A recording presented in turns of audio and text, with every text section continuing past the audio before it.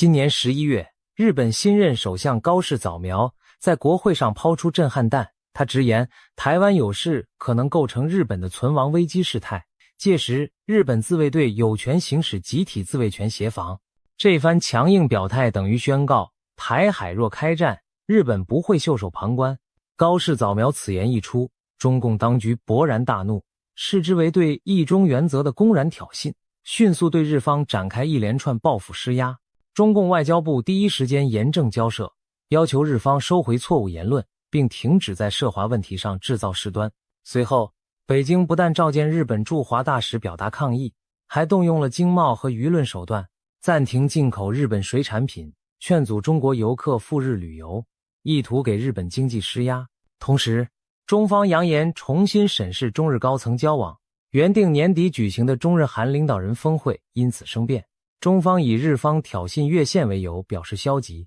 峰会协调一度陷入僵局。可以说，高市早苗的台湾有事论让中日关系骤然降至冰点。更令人震惊的是，中共外交战线全面升级为战狼模式。11月8日深夜，中国驻大阪总领事薛健在社交平台 X 推特上对高市早苗发出近乎恐怖威胁的言论。他转发一则日本新闻，愤怒咒骂那种擅自闯入的肮脏头颅就应该毫不犹豫斩掉，你们做好觉悟了吗？并附上火冒三丈的表情符号。一名外交官公然扬言要斩首他国现任首相，这种行径在外交史上闻所未闻。薛健的贴文迅速引发轩然大波，日本各界震惊不已，网友痛批，简直是公开的杀人预告。中国外交官难道疯了吗？日本政府也立刻透过外交渠道提出严正抗议。内阁官房长官痛斥该言论极其不妥，多位国会议员更主张将薛健列为不受欢迎人物 persona non grata， 并驱逐出境。面对外界挞伐，薛健匆忙删除了这条恶劣帖文，但他随后并未收敛，反而继续发文叫嚣，台湾问题与日本无关，应由中国人自行解决，台湾有事就是日本有事，正是部分愚蠢的日本政客自己选择的死亡之路。他甚至搬出二战战败国的老账，警告日本违反了战败国应履行的义务，扬言日本若介入台海，将遭遇如同战败般的民族性灭亡。如此露骨的恫吓，再次展现了中共战狼外交的疯狂程度。在日本舆论强烈反弹、中日关系骤冷的氛围下，中共外交系统并未降温，反而多线出击，集体火上浇油。11月中旬，中国外交部发言人毛宁亲自下场，开微博，改在国际社群平台 X 开启发言模式，以强硬态度向全球宣示中方立场。11月16日，毛宁罕见的连发双语贴文，直接点名日本。他援引了1972年中日邦交正常化时签署的中日联合声明内容，用中英日三语制作了图文海报，在网络上广为散布。毛宁在贴文中强调，1972年的中日联合声明白纸黑字写着，日本政府承认中华人民共和国政府是中国唯一合法政府，充分理解并尊重中国政府关于来台湾是中国领土不可分割一部分他的立场，无论谁执政，日本都必须信守承诺。毛宁此举摆明就是当众敲打日本，你们自己在建交文件里表过态，现在的新首相也休想翻篇。毛宁的贴文配上4张海报，把上述声明中的关键句用英文和日文列出，意在提醒日本内阁承认一个中国是你们签过字的，不准食言。然而他这番做法却被许多国际观察家解读为高级黑，看似义正辞严，实则把对中共不利的细节暴晒在阳光下。当年日本的措辞只是理解和尊重，中方对台主张并非日本官方承认台湾主权属于中共。换言之，毛宁苦心强调的文件并没有实质奠定中共对台湾的主权合法性，反倒提醒世人，日本从未在法律上承认台湾属于北京。紧接着，另一位中共外交部发言人林动也在 X 平台跟进发声，他搬出的是更早的二战文件波茨坦公告第8条，并用英文贴出开罗宣言之条件必将实施，而日本之主权将限于本州、北海道、九州4国及无人所决定其可以领有之小岛。简单来说，波茨坦公告要求日本归还二战中侵占的领土。中共外交官反复引用这类二战文件，无非是想强调，根据开罗宣言和波茨坦公告，战后台湾已归还中国，属于中方领土。可是毛宁和林动这波晒文件外交，非但没能挫败日本，反而露出了中共论述中的软肋。美国在台协会 AIT 早在2023年9月就明确表示，中方所引用的开罗宣言、波茨坦公告等二战文件，从未决定台湾的最终政治地位。这些宣言性质的文件并非正式条约，不具国际法拘束力。真正对战后领土有法律效力的是后来的旧金山合约，而旧金山合约中，日本放弃了对台湾的主权，但并未将台湾主权移交给任何国家。也就是说，战后台湾主权归属未定，至少没有落入中华人民共和国的口袋。毛宁等人抛出的历史文本被美方轻松拆招，等于变相证明了中共声称台湾自古属于中国的法理基础极其薄弱。中共外交部试图依靠剪贴历史的手法来为统一证明，没想到适得其反，国际社会记起了台湾地位未定论，也想起中华人民共和国政府从未在台湾行使过一天主权。毛宁自以为在替老板出气，实际上却是不小心高级黑了自己的政府。许多网友讥讽道，开罗和波茨坦都没有给你台湾，你倒是自己承认啦。北京本想打历史牌，不料反让更多人意识到中共对台主权的说辞有多么心虚。中共外交系统的集体冒进还不只体现在发言人身上。11月21日，中国驻日本大使馆也跳出来搞事情。该馆官方 X 账号突然以中日双语发布贴文，搬出联合国宪章中的所谓敌国条款，矛头直指日本。贴文阴阳怪气地提醒道，联合国宪章特设了敌国条款，规定如果德国、意大利、日本等法西斯战败国采取任何再次侵略的行动，中、美、英、法、苏等联合国创始成员国有权直接对其采取军事行动，无需安理会授权。更绝的是，中国使馆贴文最后不忘加一句，这可是白纸黑字写在联合国宪章里的哦，并附上联合国宪章第53条、第77条、第107条的原文截图。什么是敌国条款？原来在联合国宪章里确实有几处提及二战轴心国的特殊条款。第53条允许联合国的区域安全机构在轴心国重新侵略时，未经安理会批准就采取行动。第77条谈到将战败国的部分领土置于托管之下。第107条更直白，说二战战胜国对敌国的任何惩治行动都不受宪章限制。这些条款是二战刚结束时的产物，目的是防止轴心国死灰复燃。然而时光流转70多年，德日意早已是联合国平等会员国，所谓敌国条款早被历史淘汰。1995年联合国大会就以压倒性多数通过决议，承认这些条款已经过时。中华人民共和国也投了赞成票。2005年联合国首脑会议上，各会员国领袖更一致同意将敌国条款从宪章中删除。中国同样在共识之列。虽然由于修宪程序复杂，宪章正文里这几条旧文还没正式划掉，但国际法和学界普遍视之为已无实际效力的虚设条款。换句话说，今天再拿敌国条款说事，纯属无知或恶意。中国驻日大使馆这篇文章摆明是暗指日本若胆敢侵略，中国可不经联合国同意就对日开战。这番公然威胁对日动武的姿态，俨然将自己扮成二战战胜国，把日本定性为随时可以痛击的战败国余孽，其傲慢口气令人侧目。日方当然不可能吞下这口气，使馆帖文一出，立刻遭到日本舆论的狂风骤雨及谴责。成千上万日本网友涌入该帖回复区洗版，怒怼中共使馆吃错药，翻旧账。有人指出，那是二战后的过渡性条款，日本和德国早就是拥有主权平等的联合国正式成员国，而且联合国大会1995年就决议这些规定已过时，现在任何人再拿出来都毫无意义，只能让人觉得可笑。也有日本网友反呛，谁会侵略你中国？日本根本不可能做那种事，你自己把自己当成了敌国，还自居装大国，好不要脸。更犀利的流言则彻底戳破中共的痛点。签署联合国宪章的战胜国是中华民国，不是1949年才成立的新中国。不好意思哦，创始国里没有你国。既然你要严守联合国宪章，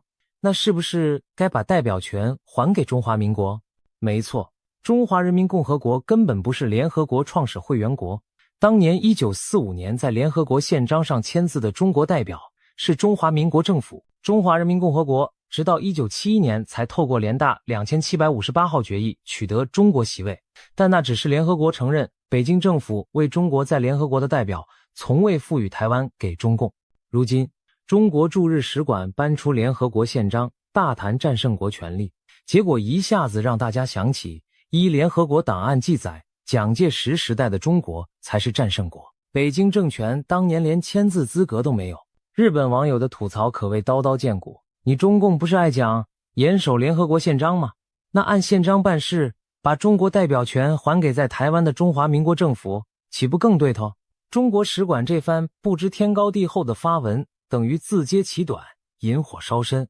11月23日，日本外务省也罕见地在 X 平台公开回应，直接打脸中共使馆关于联合国宪章中的所谓敌国条款。1995年，联大以压倒性多数通过决议，确认其过时，中国也投了赞成票。2005年，各国领袖又一致同意从宪章中删除这敌国的表述，中国亦加入共识。日本外务省指责中共使馆散布暗示过时条款仍有效的资讯，与联合国决定不符。短短几句回应，客气而不失犀利。你中国不仅不遵守现代国际法不准随便动武的原则，反而拿过期条款来恐吓邻国，这完全违背了你自己支持过的联合国决议。如果说日本政府的回应还算有外交分寸，那民间舆论就毫不留情了。更有甚者，日本有识之士开始讨论，敌国条款虽是废文，但既然还挂在宪章里，某种程度上确实是对德日意三国的不公标签，为何不干脆推动重组国际组织？这里牵涉一个脑洞大开的想定，德国、意大利、日本身为现代民主强国，却在联合国宪章里背负敌国，骂名多少是个隐患。而现在中共挥舞旧条款叫嚣，无形中刺激了这三国的神经。正巧美国前总统川普一向对现行联合国体制不屑一顾，他曾抱怨盟友占美国便宜，联合国效率低下。如果未来川普东山再起，再加上被中共点醒的德日意，会不会酝酿一场对现有联合国体制的冲击？甚至有媒体渲染，中共此举是在逼德意日团结起来，加上川普美其名曰要再创一个新的联合国。虽然这种说法听起来像戏言，但北京让自己同时树立欧亚强国为敌，确实是在把原本离谱的剧本变成可能。当然，现实中的川普对此事件的反应相当耐人寻味。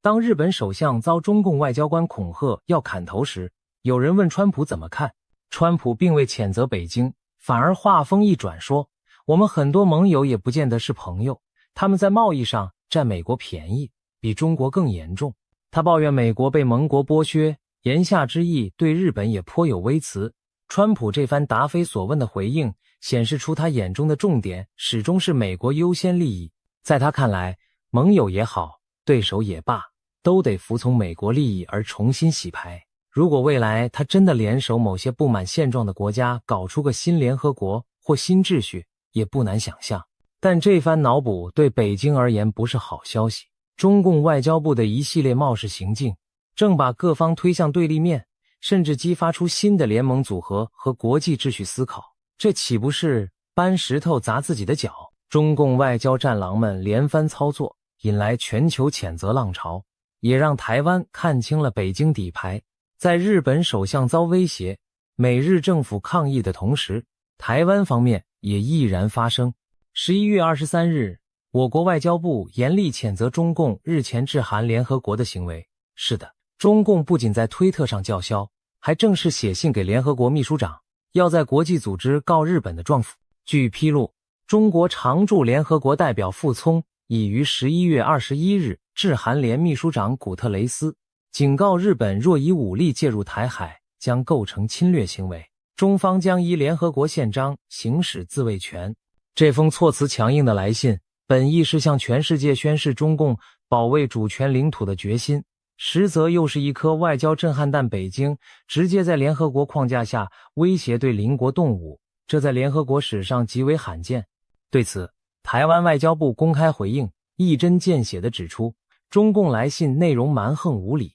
恶意扭曲史实。我们特别强调，联合国宪章第2条第4项明文规定，各国在国际关系上不得使用威胁或武力。中共此举已经公然违反国际法基本原则。同时，我外交部再度向国际社会重申，中华民国台湾与中华人民共和国互不隶属，这是台海的客观现状与国际社会公认的事实。中国无权干预台湾，也无权对日本等他国的正常防卫表态说三道四。简单一句话，台湾从来不属于中华人民共和国，北京既非台湾的主人，更谈不上什么日本侵略中国领土。台湾用这种坚定而理性的声明，揭穿了中共假借自卫之名行侵略之实的图谋。值得注意的是，台湾外交部的回应特别点到了二战后的旧金山合约，强调二战结束后，日本依此合约放弃台湾主权，而非依中共所声称的那些宣言文件。这等于告诉全世界，依照真正具有国际法效力的条约，台湾的主权归属并没有交给中共政权。北京爱讲历史，台湾就把真正的历史法理基础端出来。如今，中共外交部一系列失态举动，反而给了台湾绝佳契机，向国际各国重申，台湾前途只能由台湾2300万人决定，北京无权置喙。回顾整个事件链，我们看到中共外交体系几乎是集体失控般的大放厥词，从大阪总领事扬言斩首日本首相，到外交部发言人网上开火，再到驻日大使馆胡扯联合国条款，联合国代表直接威胁开战，这每一桩都足以称为外交丑闻。人们不禁要问，难道中共外交部是在集体造反，给习近平挖坑吗？要知道，就在几周前，习近平还在国际场合试图扮演和平领袖的角色。北京当局近来有意调整与西方关系，习近平出席了国际峰会，并与美国总统通话寒暄，试图营造缓和氛围。然而，他的外交干部们却在对日战线上搞出一连串几乎无法收拾的乱局，这岂不是自砸统战大局？有观察指出，这反映了中共高层内部路线的矛盾。一方面，习近平作为最高领导人，近年集权在握，也强调所谓斗争精神，导致外交系统涌现大批好战言论。所谓战狼外交，正是在习的默许甚至授意下兴起的。以前外交官哪敢满世界骂人，正是习近平时代，中共外交部才频频出现骂美国是疯狗，呛加拿大是美国走狗，在公开会议上对澳洲拍桌子等失礼行径。可以说，习近平过去鼓励的强硬姿态，养出了如今这群口不择言的战狼干将。战狼们曾是习的利刃，如今却变成双刃剑，甚至在某些领域脱离控制，自作主张，加码表忠，最终演成了搬石砸脚的闹剧。另一方面，习近平近期似乎意识到战狼外交造成了不良后果，国际形象败坏，周边国家抱团自卫，美中关系响谷底。于是他试图转向所谓清河调门，派高层访美，在外交场合露出笑容等，媒体称之为大国微笑外交。可是外交系统积重难返，底下官员未必跟上转向节奏，有的仍在死忠执行过去的强硬路线。这次对日本的系列失言，再显示中共外交系统内部统一战线出现裂缝。是不是有人认为对日强硬是政治正确而肆无忌惮，亦或中共外交部内部缺乏约束和专业判断，只求展现忠诚，却陷领导于不义？不管何种原因，结果就是外交部集体给习近平挖了一个大坑，而且是难以填平的深坑。试想，经此一闹，日本民心彻底向背。原本日本对华政策还有温和派提倡对话，但当中国外交官喊打喊杀，日本舆论高度警戒后，谁还敢对北京心存幻想？高市早苗本就是以对华强硬著称，如今更获得日本朝野支持，他坚定表示不会收回台海发言。日本政府立场没有改变，可以预见，日本未来将更积极强化对台合作，加强防卫投入，一系列反制中国的政策只会更快落地。此外，中共驻大阪总领事的疯狂言论也激怒了日本右派势力，要求驱逐他的呼声高涨。如果北京不撤换薛舰，日本甚至可能真的将其驱逐，这将是双边关系的一大摔跤事件。更麻烦的是，中共玩敌国条款的余行也惊动了欧洲。德国和意大利作为被点名的轴心国后代，对此绝不会视若无睹。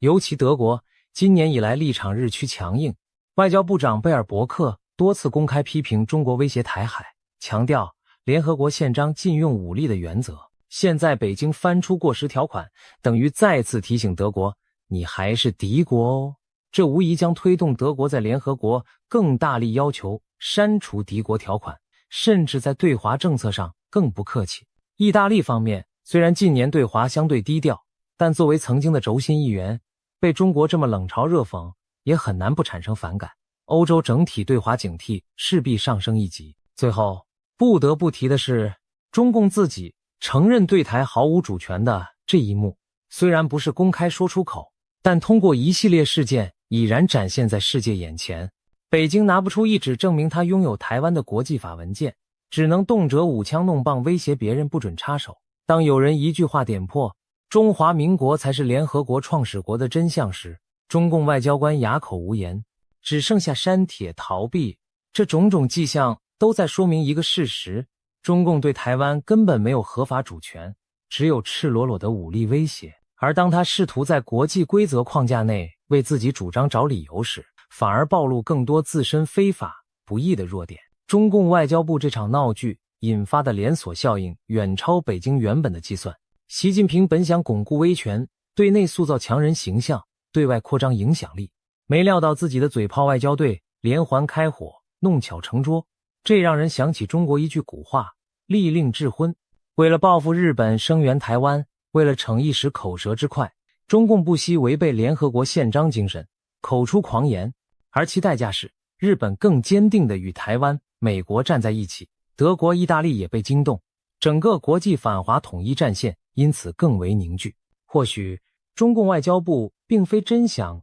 造反挖坑，但他们确实端着炸药满世界乱跑，把习近平辛苦经营的大国形象一把火点着了。从毛宁、林动到薛舰、傅聪，这些外交官的表现传达出一个强烈讯息：中共不择手段也要霸凌台湾，教训日本，哪怕撕破国际规范的脸皮也在所不惜。这恰恰证明了习近平治下中国的危险本质，也替台湾和国际伙伴们敲响了警钟。展望未来，我们可以预见台湾将更积极拓展与民主盟友的关系，深化自我防卫的决心。同时，像日本、德国这样珍视国际法则的国家，会在各种场合挺身而出，反对中共的武力胁迫。或许正是在中共咄咄逼人的倒逼下，全球范围内一个抗中捍卫和平的新联盟正在形成，而台湾作为自由民主的一员，也会在这场国际团结中获益。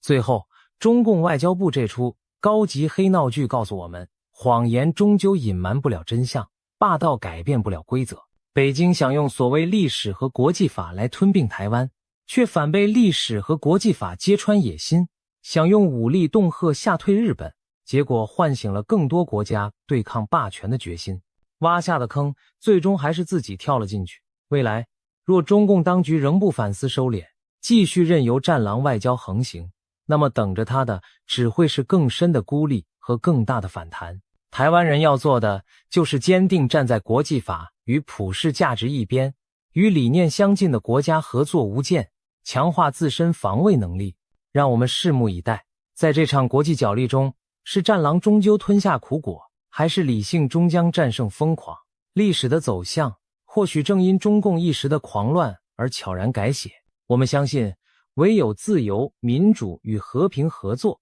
才是两岸与全球真正的康庄大道。中共外交部这次胡闹，反而让更多人看清了这一点。发出威胁容易，赢得尊重很难。这正是北京当局给自己挖下又填不上的大坑，让他们自己在坑里慢慢清醒吧。